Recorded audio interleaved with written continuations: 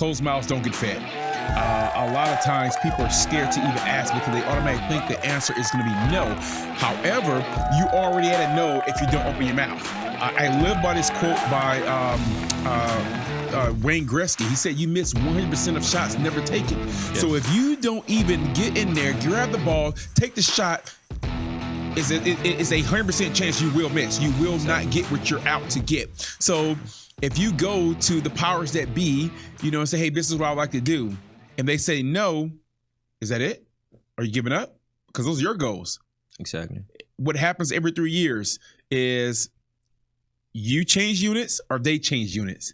There's also other people within there. And, it never hurts to open up a dialogue. If you're told, no, you can't go do this, with all due respect, can you please explain to me why, or what do I need to position myself in order for that no to turn to a yes?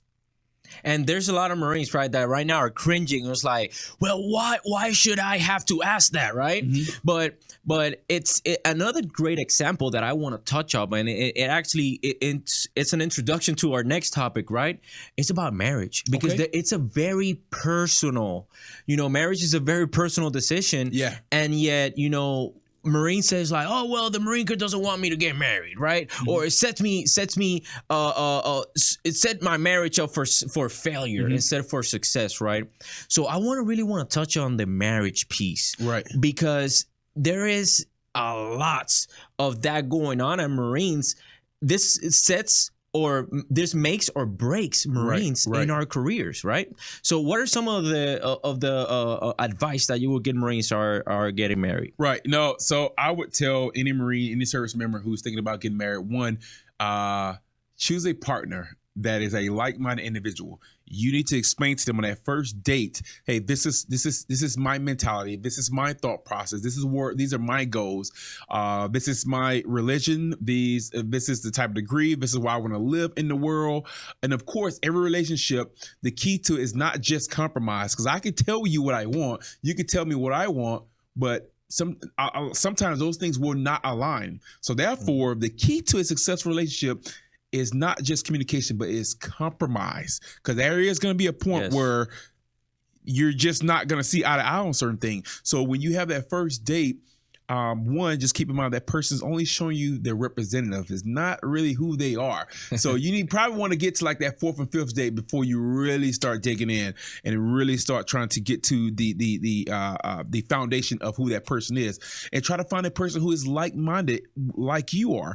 And secondly, once you think you've identified that person and you guys are courting and you go dates and everything's feeling great, you got the warm fuzzies in your heart, seek professional advice. Counseling, go to the chaplains, go for a marriage retreat in order for you to have the tools in your box early on, not for if friction comes, but when the friction comes. You can know how to utilize those tools in order to get through those friction points, because you're dealing with a whole nother human being, and you start throwing kids in there, and oh my God, it's things going to get interesting. Yes, and let me touch on that a little bit, right?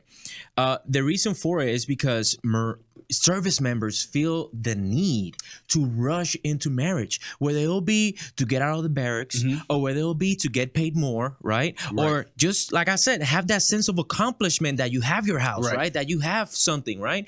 But when you rush things, right, you are literally removing a human being from what they known, right? Yeah. And you take them into something that is completely unknown for them, which is their military life. Right. And then they don't realize that you are going to be gone for deployments for 7 to 9 months, that you are going to have to go to the field. And if mm-hmm. you take a person that has never dealt with that in their life and you rush them into that, you're not setting yourself up for success. You're setting yourself up for failure and your marriage. Right. And let me tell you why.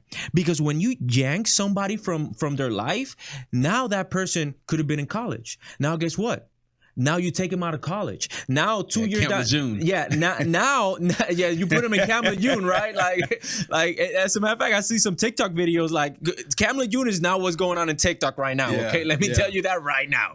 Okay, so you take him out, and then all of a sudden, like that person, even though there's resources out there for them, they're completely lost, and you're not there all the time to help them to reach out to those resources. So make sure that that person, what I'm trying to say is to make sure that that person is accomplished before you take him out into something unknown. Right.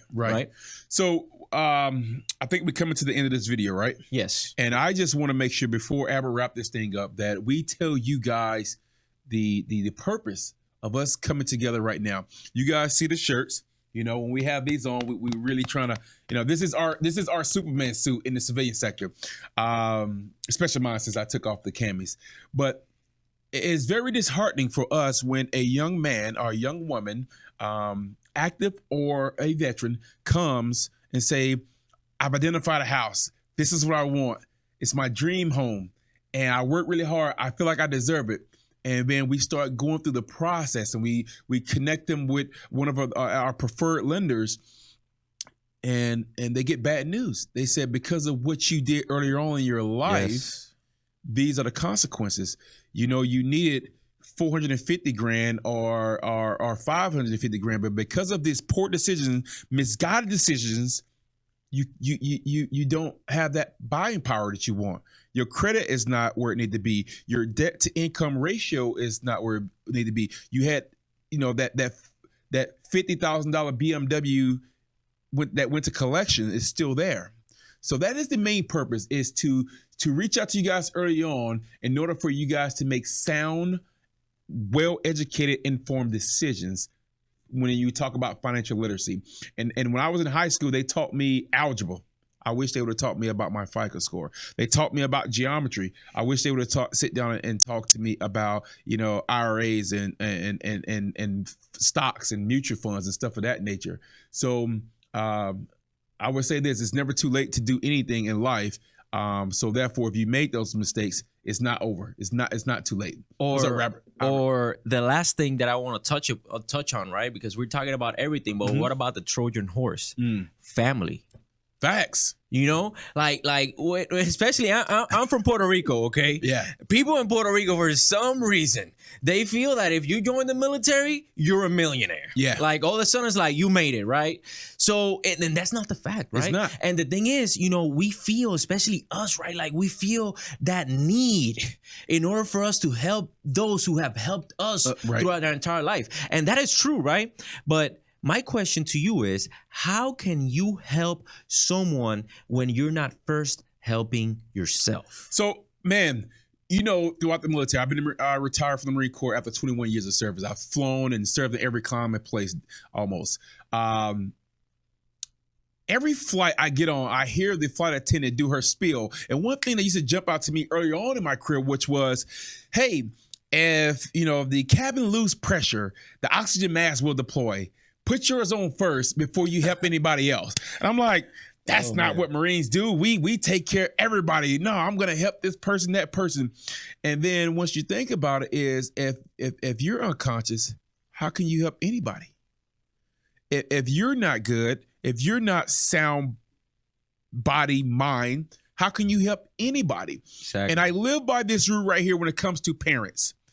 Early on in life, your parents gave you everything you needed.